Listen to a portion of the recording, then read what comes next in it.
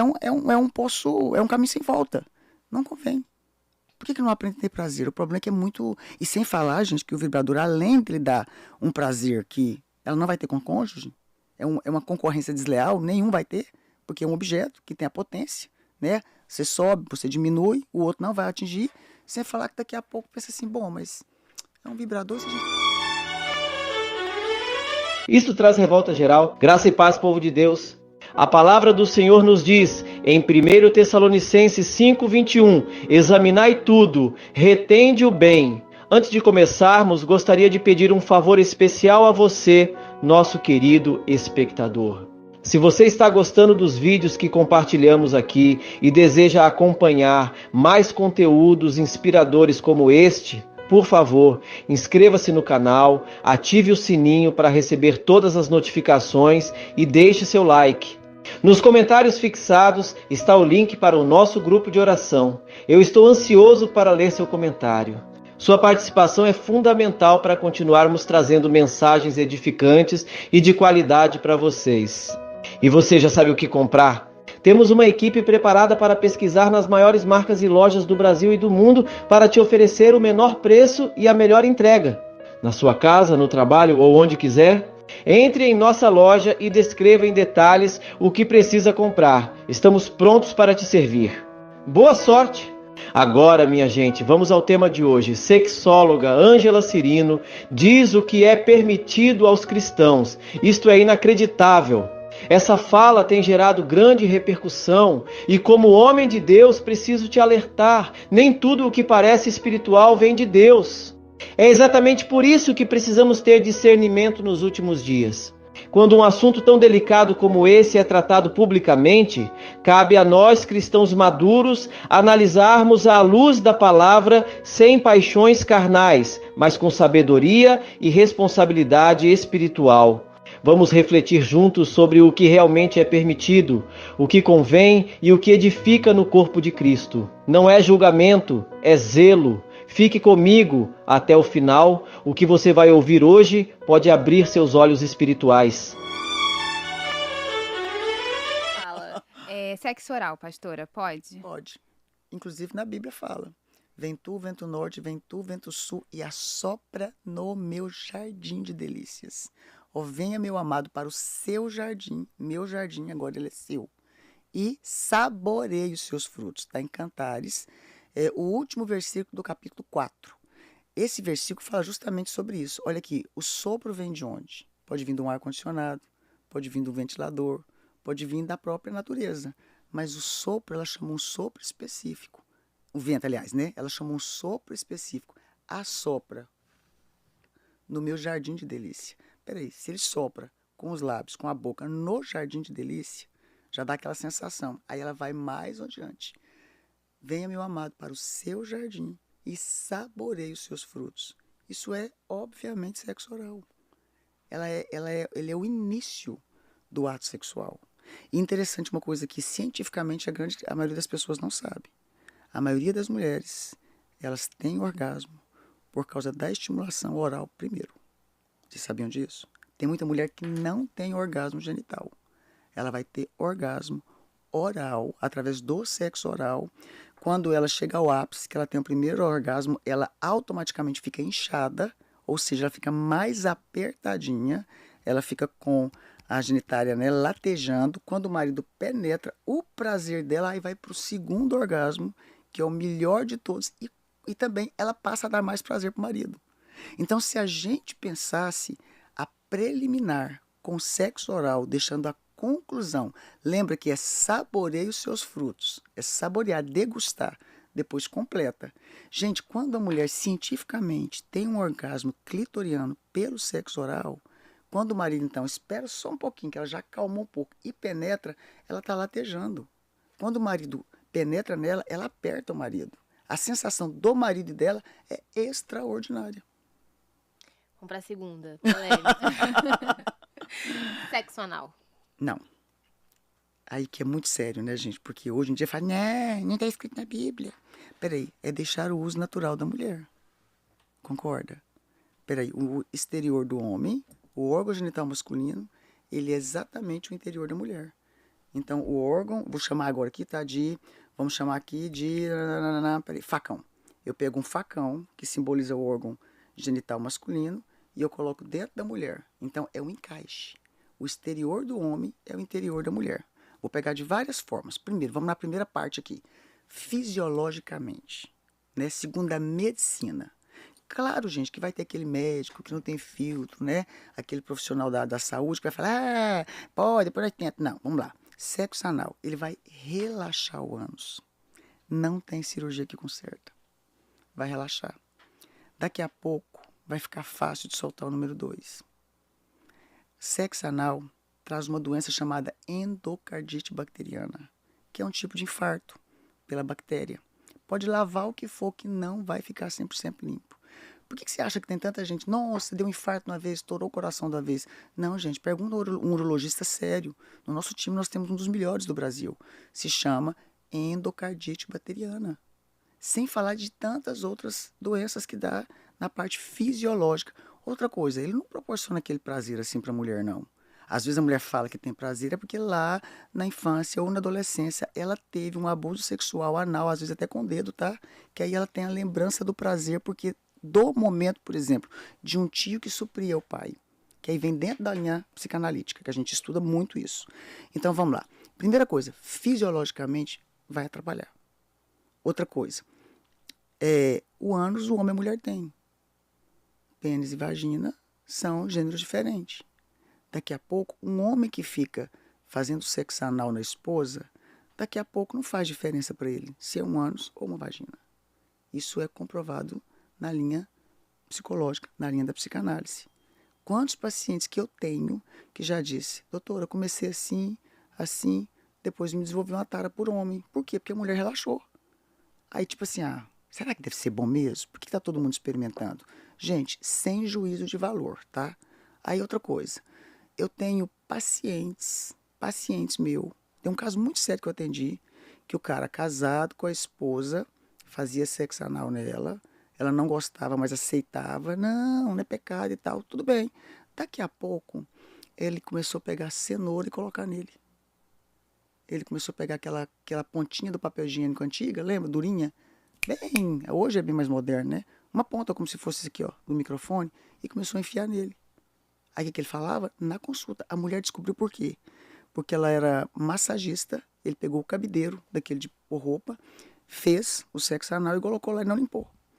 Aí tinha uma cliente dela pra fazer massagem em casa, ela tirou a roupa, jogou lá. Quando ela tirou a roupa da mulher, suja de fezes. Ela correu no banheiro, pediu desculpa, lavou, secou e entrou em crise. Foi pro consultório. Ela falou, peraí, eu fui traída por um objeto. Aí, não, arrasada. Falei, vê com seu marido se ele tem coragem de vir pro consultório.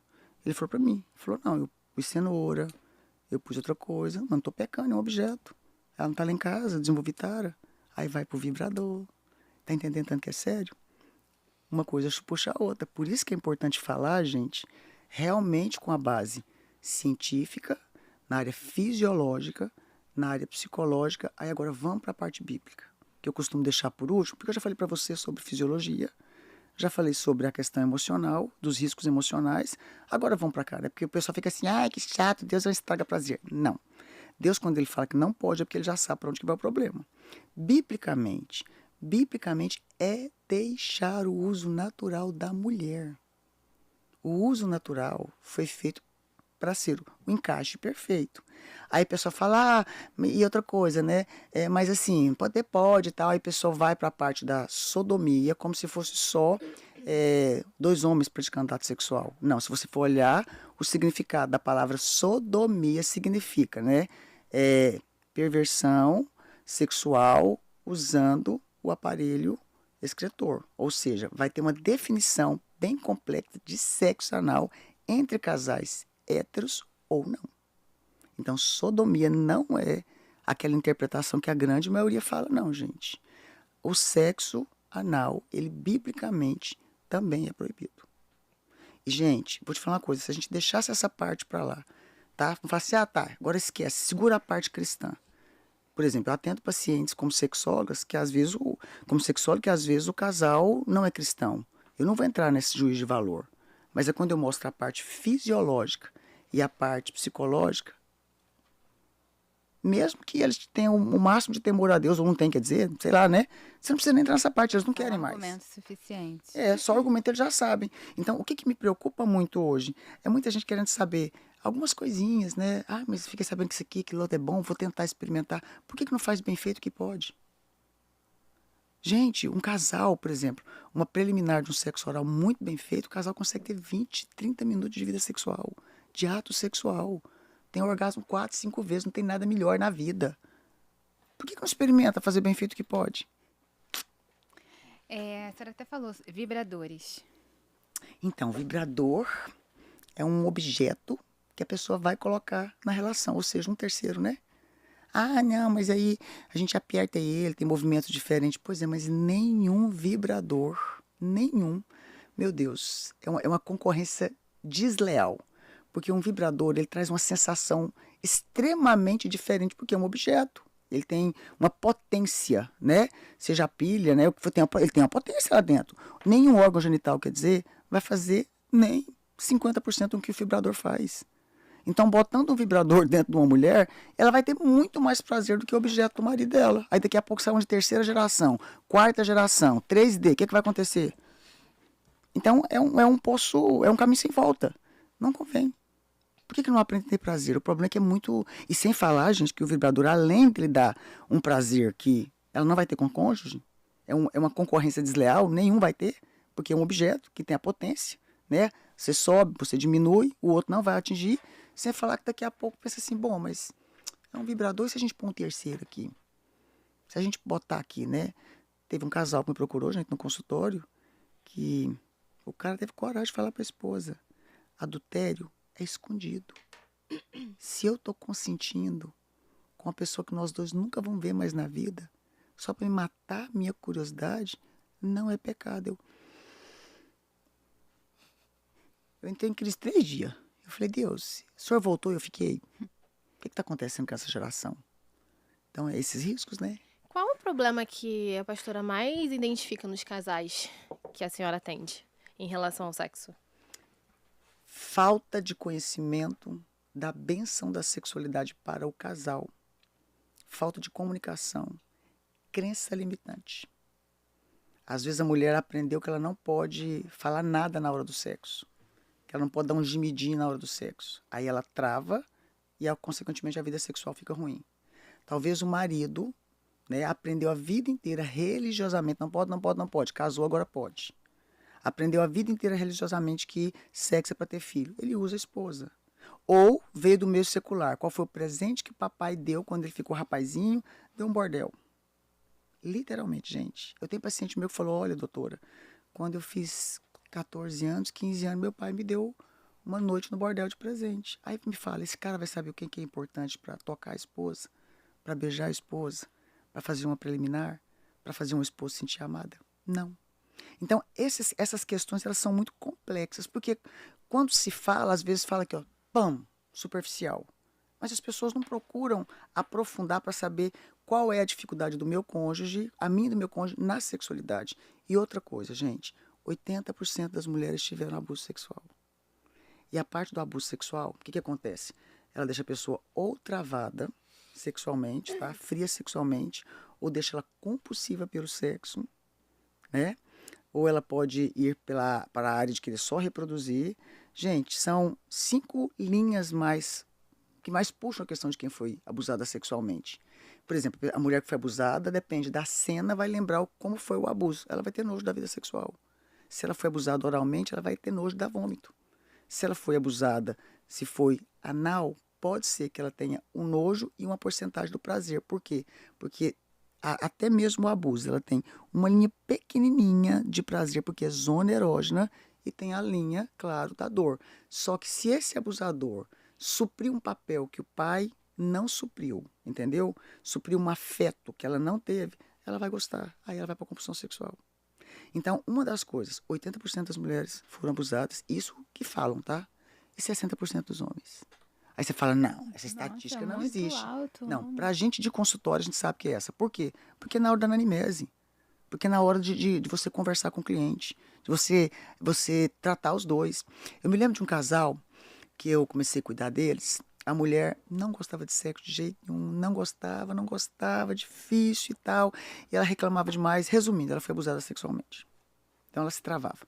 E o marido, ele era compulsivo por sexo. Queria todo dia, toda hora, só que eu comecei a perceber algumas coisinhas diferentes. Aí eu faço umas perguntas, né, que são assim, bem da linha pra gente avaliar o casal sem que eles saibam.